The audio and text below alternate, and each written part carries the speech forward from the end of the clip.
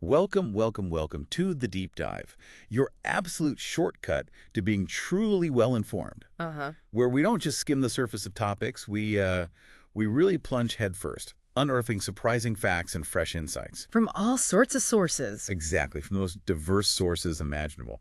Our job really is to sift through all the noise and just distill the essence so you don't have to. And our mission, as always, is precisely that.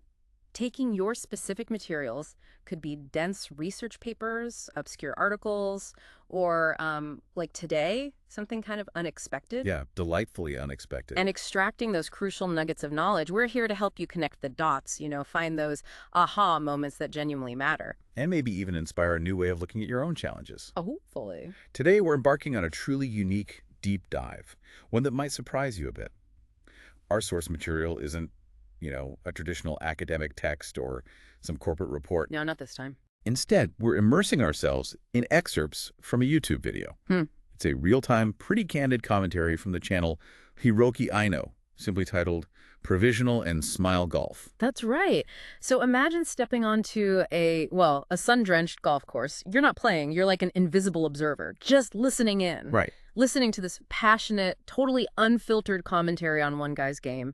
It's dynamic, it's raw, and remarkably, it offers some surprisingly profound insights. Into human nature, resilience. Yeah, and the whole journey of developing a skill. It's really not just about golf. It's kind of about life played out on the links. So our mission for this deep dive is to dissect Hiroki's performance on the course, but really to extract those universal lessons that go way beyond the fairway. Mm-hmm. We're looking at the sheer power of perseverance, the critical art of adaptability, that fascinating, sometimes mysterious interplay between skill and, well, intuition. That gut feeling.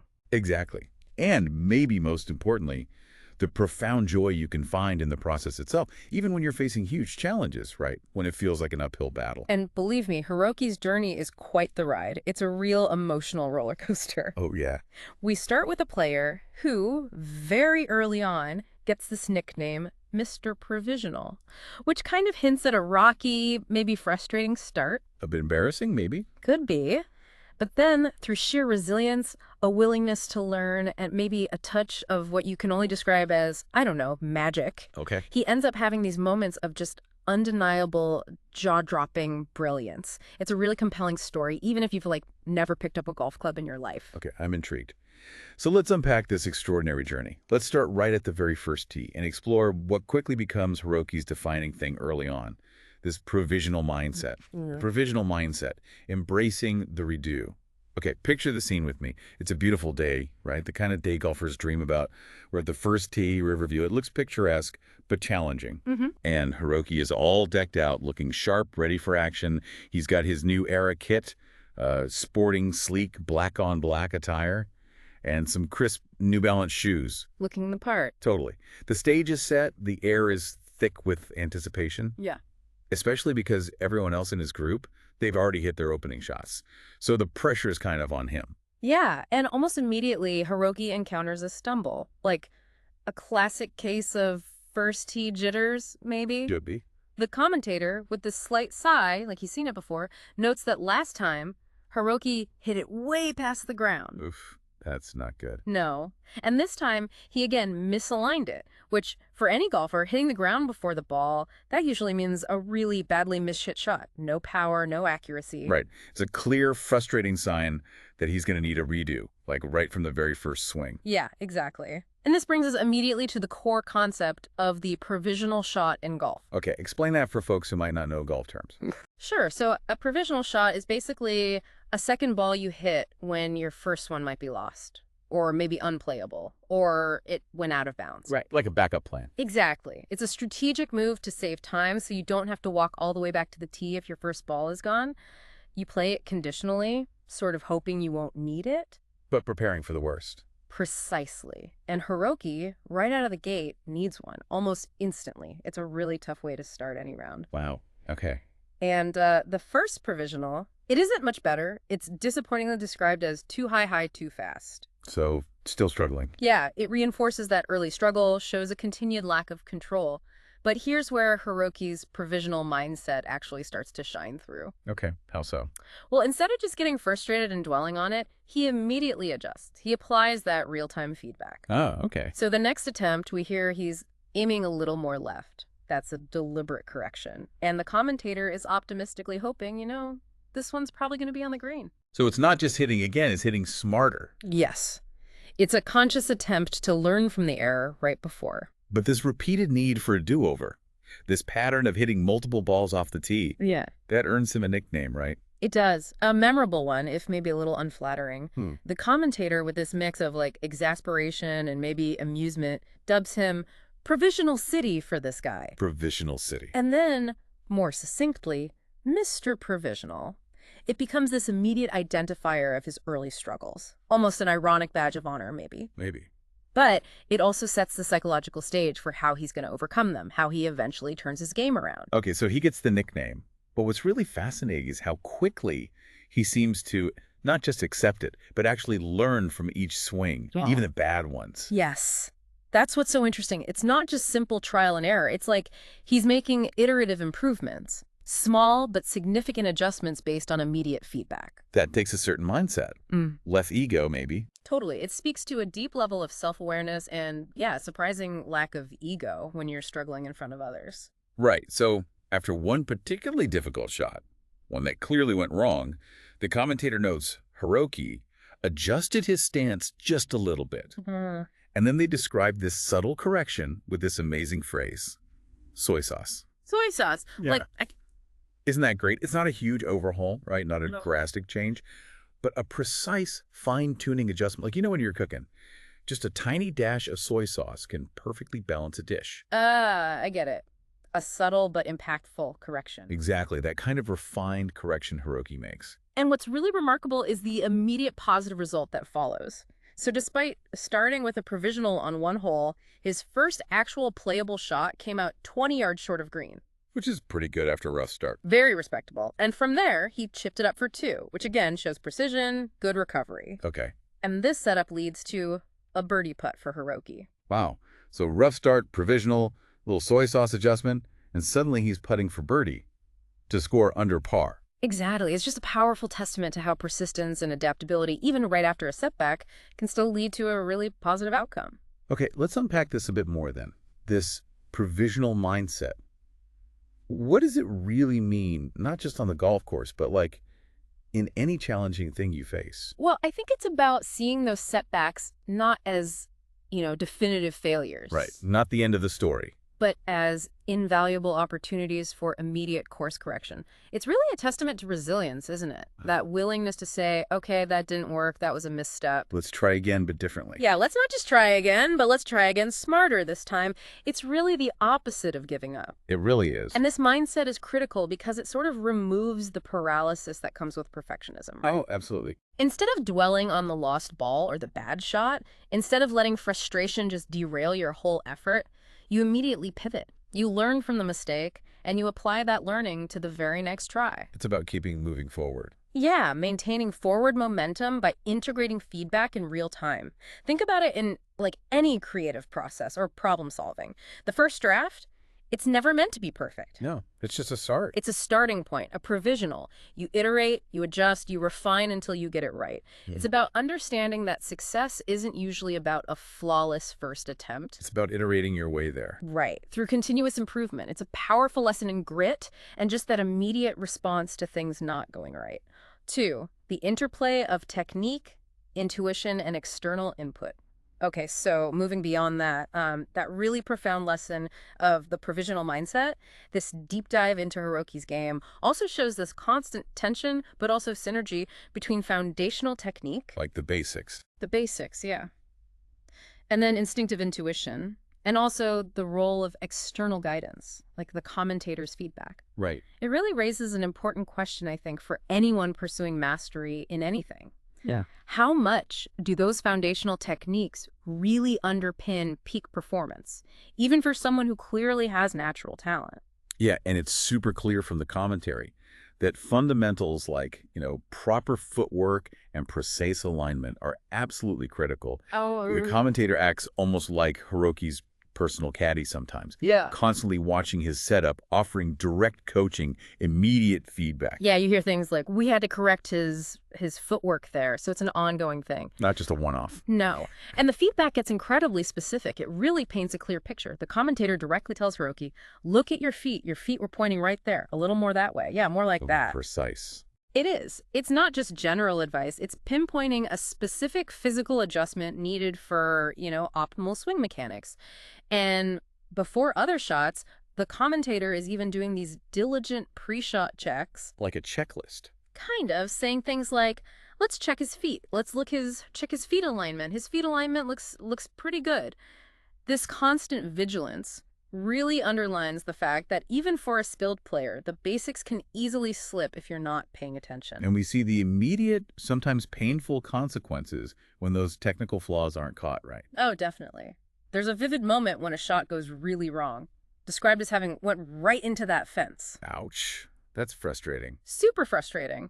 And the commentator doesn't just say what happened, they explain why. They diagnose the flaw. Hiroki started like this, and then you said it like that when you finished. Describing like a bad weight shift or body rotation. Exactly. Something in the swing sequence went wrong, leading to maybe a pull or a hook into the fence. It just highlights how neglecting the basics, even for someone clearly skilled, can completely throw everything off balance. It proves you always need to revisit the fundamentals right, no matter the field. Golf, music, business. Absolutely. No matter your skill level, the basics are the bedrock. Without that stable foundation, consistency is just impossible. Okay, so the technique is crucial. What about strategic play? Like choosing the right club? Well, the commentary also highlights the huge versatility and tactical thinking that goes into club selection. The clubs. It's like a whole arsenal out there, isn't it? Each one is a specialized tool. Totally. We hear mentions of an 8-iron, 9-iron, 5-iron, a 4 hybrid, a 60-degree wedge, pitching wedge, gap wedge, approach wedge, and even this intriguing distance sling. A distance sling? What's that? Good question. Might be a specific brand name, or maybe just a term for a driver or wood designed for max distance. But the point is, each one is a tool for a specific job. Different distances, trajectories, ground conditions. Right. And the choices Hiroki makes, or is advised to make, they seem really contextual and strategic. Very much so. For instance, for a par 3 145-yard club, he's using a 9-iron. That suggests a choice for control and precision on a shorter hole, not just raw power. Rep. And for an elevated green that's 100 yards away, it's a 56 club. That's likely a 56-degree sand wedge, maybe a gap wedge, chosen specifically to hit a high, soft shot that will land gently on that raised green and stop quickly. So it doesn't roll off the back. Exactly. These aren't just random choices, they're precise calculations. Distance, elevation, wind, how you want the ball to land. It all factors in. And it's not just Hiroki's choices we hear about, right? The commentator mentions other players too. Yeah, often references what others in the group chose for the same hole. Like John Fraser used 5, I think Ray used the 3-wood, Tom used the 5-iron. That's interesting. Why mention that? Well, it's not just idle chatter. It reveals that there are multiple valid ways to approach a single hole. It shows how different players use their own strengths, their swing styles, their preferences, even when aiming for the same green. So there's more than one path to success. Exactly. It's a fascinating look at individual strategy adapting to personal style. And speaking of strategy, we also hear about specific aiming points. Like to the left towards the flag or at the white box. Right. But sometimes those aiming points can be tricky, maybe even a trap. The commentator notes Hiroki aiming at the left side of that palm tree out there, which is used as an aiming mistake. An aiming mistake. So the palm tree wasn't a good target. Apparently not. Maybe aiming there brought a hazard into play or the angle was wrong. So even with a clear visual target, a misinterpretation or a slight miscalculation can lead to, landing in a bunker or behind a tree. It's a reminder that good intentions need good execution and good judgment. Precisely. But what's truly fascinating here, I think, is that even with all this technical input, all these calculated choices, there are still moments where Hiroki's performance seems to just defy explanation. Yes. It transcends the instruction. It's that mystery of pure performance, going beyond the textbook. Yeah. The commentator, despite being this keen, experienced observer, openly admits at one point, I don't know how he does it without our input. It's an absolute miracle. He had 4 birdies just so far. A miracle. Yeah. It implies something more than just good coaching. It hints at this intrinsic skill, maybe an intuitive genius, or perhaps tapping into that powerful flow state where things just Beyond conscious thought. exactly like he's tapping into something deeper. And then there are those surprising outcomes, right? Moments of sheer luck, maybe, Mhm. or just unexplained brilliance. Totally. We hear about a shot that instead of going where you'd expect, it bounces off that edge, then somehow goes over another obstacle, and finally rolls all the way across the green. Like the ball had a mind of its own. Right. Guided by some fortunate force, defying the odds, it definitely points towards that elusive flow state, that almost subconscious, effortless connection between the player and the game. Where things just click. Yeah. And Hiroki also shows clear mental fortitude, which is so crucial in high performance. He declares, "Today is a no-slice day." A powerful affirmation. Yeah. Trying to banish that dreaded slice. Exactly. And his intention later to anchor the palm tree, using it as a specific aiming technique, results in a shot described with this breathless cascade of superlatives. Unbelievably, unbelievable, fantastic, amazing, wonderful. Wow. These aren't just technical adjustments. They feel like powerful declarations of intent, visualizations that seem to manifest in these extraordinary results. It really speaks to the incredible power of the mind in sports. It really did. What's so fascinating here is that blend, right? The learned technique and the pure, sometimes unexplainable talent or intuition. It's a profound reminder that sometimes, after all the practice, all the coaching, the real magic happens when you just get out of your own way, or when that flow state just takes over. You let go and trust it. Right. You've done the training, the fundamentals are there, hopefully down to muscle memory, and then in the critical moment, you just let go and trust your instincts. That's where those truly phenomenal, almost inexplicable moments often come from. 3. The roller coaster of the round. Highs, lows, and near misses. So this golf game Hiroki's playing, it's not just a sequence of shots, is it? It's a true emotional roller coaster. Oh, absolutely. It mirrors so many of life's challenging things, a long project, a negotiation, even just personal growth. And Hiroki's round is definitely marked by moments of pure exhilaration, Yeah. especially with all the chances he gets for birdies and eagles. Yeah, you hear the commentator repeatedly, almost excitedly, mentioning birdie putt throughout the game. That means Hiroki is consistently giving himself chances to score below par. Which is great. A birdie is one under par on a hole. Right. And not just birdies, but an astonishing number of eagle putt opportunities, too. An eagle is 2 strokes under par that's incredibly rare and exciting in golf.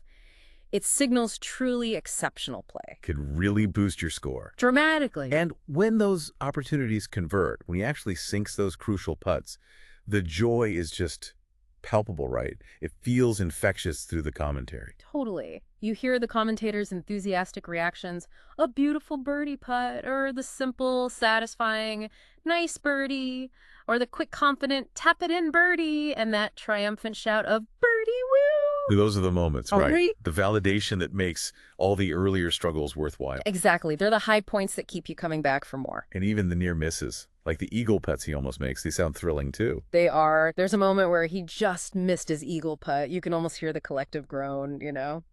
But the commentator quickly follows up with the consolation, but that's going to be a birdie. So, still a fantastic result. Yeah, it vividly shows that razor-thin margin between great and truly phenomenal. But still, a birdie is excellent. It shows his consistent high-level play, even on the near misses. And the commentator captures that joy perfectly at one point, saying, "See that smile? See that smile? He's smiling because now got an eagle putt, right? Who doesn't want an eagle putt, right?" It's just pure delight, isn't it? It highlights the fun and the immense satisfaction that comes with playing at that level, having those amazing opportunities. That's the drive. That unadulterated happiness. But, like any significant journey, the highs are met with lows, right? Inevitably.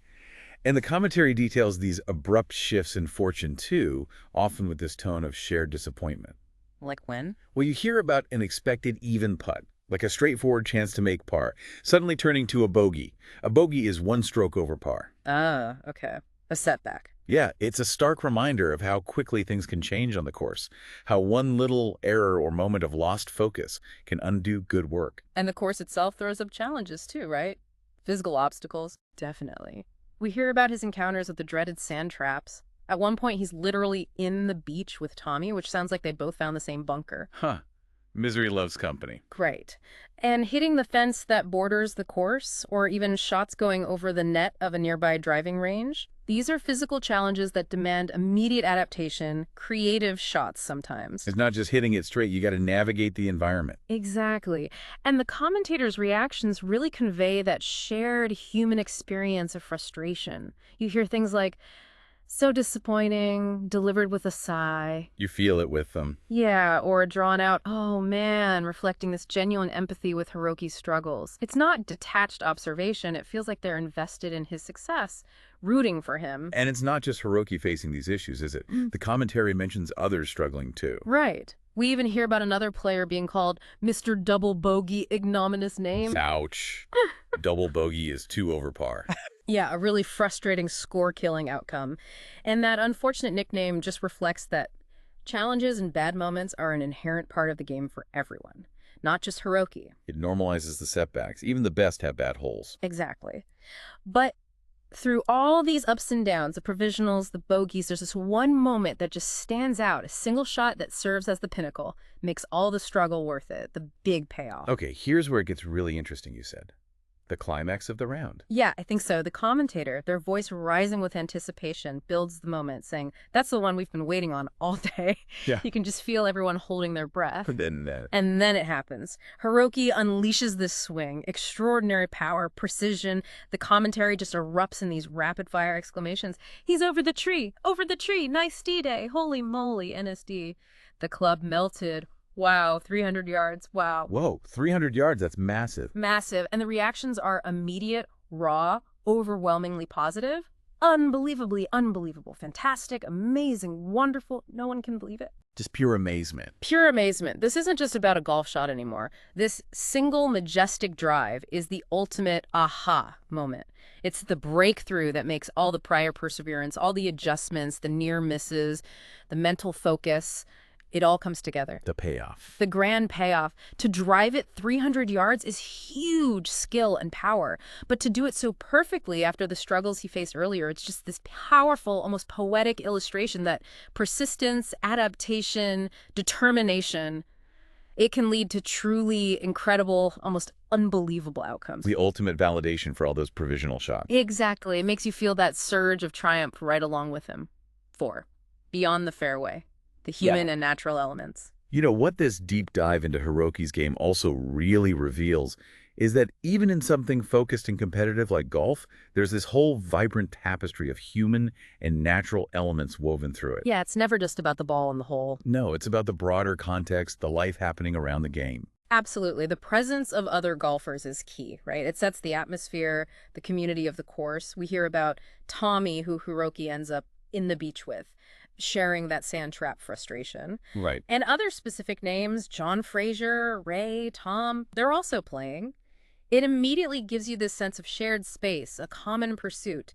Golf might be individual in scoring, but it's often a communal experience. And within that community, there's this shared understanding, right? Yeah. Even shared frustration. Totally. We hear that anecdote about Mark was bellying about not playing well. Huh. Bellying. Like grumbling. Yeah, you can just picture Mark maybe hunched over, grumbling to himself or his partners about a bad shot streak.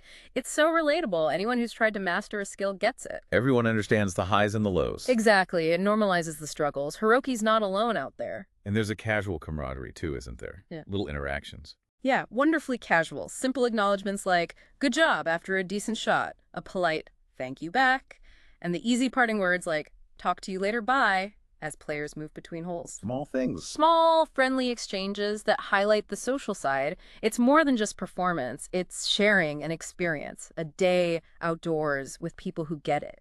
Builds that sense of community. And then delightfully, there are these totally unexpected encounters with nature that just kind of punctuate the game. Yeah, adding charm and reminding you there's a world beyond the fairway. Like the ducks. We hear about this serene moment where Ader Marianders is feeding the ducks. It's like this lovely, almost pastoral pause. It's a wonderful little detour in the middle of an intense game. The commentator even gives an exact count. I count 1, 2, 3, 4, 5, 6, 5 baby ducks, 1 mama duck. That's so specific. Isn't it? It's such an observational detail, it grounds you right there. Watching this tranquil scene unfold by the water hazard, maybe? A brief, delightful pause from the golf stress. And it wasn't just ducks, there was a dog too. Yeah. Pongo the dog. Clearly a beloved presence on the course, adding another layer of unexpected joy, maybe spontaneity. A dog trotting along can definitely lighten the mood. Or provide a welcome distraction sometimes. Could be. And in a touch of very relatable everyday life, the commentator laments, kind of humorously, Pura forgot to get me some bird food. Huh. Missed opportunity to feed the ducks. Right. This small personal detail just adds this touch of humor and relatability. It breaks the intense focus on the game for a second. It reminds us of the charming, imperfect, sometimes funny little details of life going on around us. You know, if we connect this to the bigger picture, this deep dive really isn't just about golf performance at all, is it? Not really, no. It's about the richness of life and those unexpected, delightful moments that pop up during any focused pursuit. Yeah, it's a gentle reminder, isn't it, to sometimes just pause, look up from your task, your screen, whatever your immediate goal is, and just appreciate the world around you. The small joys, nature, simple connections. Yeah, those moments don't actually detract from your goals. Surprisingly, they often enrich the journey. They give you perspective, maybe a moment of peace or humor that can actually fuel your performance later. That's a really crucial insight. It's all about balance. And the commentary captures that so well. It does. And finally, the commentary itself gives us this fascinating glimpse into the unsung heroes, the camera person, the commentator revealing their own self-awareness, their vulnerabilities, their personalities. Yeah, that bit about the cameraman was funny. He did not get a beautiful birdie putt on camera because he was too worried about himself. You can just picture it, right? Fidgeting, thinking about his own game, totally distracted from capturing the perfect shot. It's delightfully vulnerable. Shows even the observer gets caught up. It's incredibly relatable. Nobody's immune to distraction. Nope. And that extends to the commentator's own personality, too. It really permeates the whole video, makes it come alive. The tone is conversational, personal, sometimes humorously self-deprecating. Like the why me exclamation. Yeah. Or the self-proclaimed Mr. Double Bogey ignominious name. This consistent, authentic voice adds this layer of raw authenticity. It makes you feel like you're right there with a friend, experiencing it all together. Not just listening to a detached report. Exactly. So even in something focused like golf, there's always that human element, the struggles, the humor in real life, the camaraderie that makes it all worthwhile. It's a powerful reminder that no pursuit is ever just about the objective. It's fundamentally about the people, the experiences, the unexpected moments along the way that make it meaningful. So we've taken this deep dive into Hiroki's extraordinary golf game, guided by that candid commentary from Provisional and Smile Golf. We started with his early struggles, right? Mr. Provisional, navigating those repeated second shots, the misalignments. The rough start. Then we watched his journey unfold through moments of precise technical adjustment, that surprising intuition that seemed to defy explanation sometimes. Yeah, the miracle birdies. And those spectacular breakthroughs, like that incredible, just awe-inspiring 300-yard drive. Absolutely stunning. And all of this was set against that rich backdrop, the natural elements, the human elements of the course. Ducks, dogs, fellow players. The whole picture. So what are the key takeaways for you, for the listener, from Hiroki's journey? Well, first, I think, is the universal value of that provisional mindset. The absolute importance of adapting, correcting, persevering when things go wrong initially. Seeing setbacks as opportunities, not failures. Exactly. Opportunities for growth. Second, that delicate but powerful balance between mastering the fundamentals, the bedrock skills, and also learning to trust your intuition and performance, allowing for those unpredictable moments of brilliance. Right. Technique and flow. Yeah. Third, it's about understanding and really embracing the emotional arc of any challenge, whether it's golf, a project, whatever. A roller coaster. The roller coaster. It's inevitably marked by highs, lows, near misses, and ultimately that deep satisfaction of progress, of breakthrough moments. And finally, I'd say those unexpected joys and delightful distractions that enrich the journey.